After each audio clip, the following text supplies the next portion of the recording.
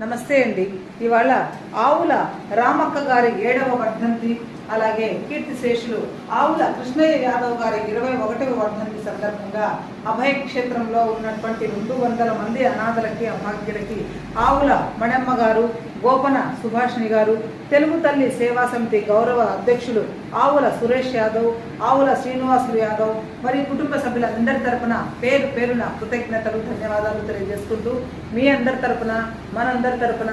ఆవుల రామక్క గారి, ఆవుల రామకృష్ణ యాదవ్ గారి యొక్క పవిత్ర ఆత్మ శాంతించాలని మనస్ఫూర్తిగా కోరుకుంటూ ఒక చిన్న పూజా కార్యక్రమాన్ని ప్రారంభిస్తున్నాము.